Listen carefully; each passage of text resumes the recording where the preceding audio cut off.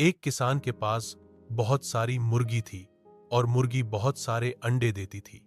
और ऐसे ही एक किसान के पास बहुत सारे कबूतर थे। कबूतर भी बहुत सारे अंडे देती थी, लेकिन उनमें से एक कबूतर अंडा नहीं देती थी।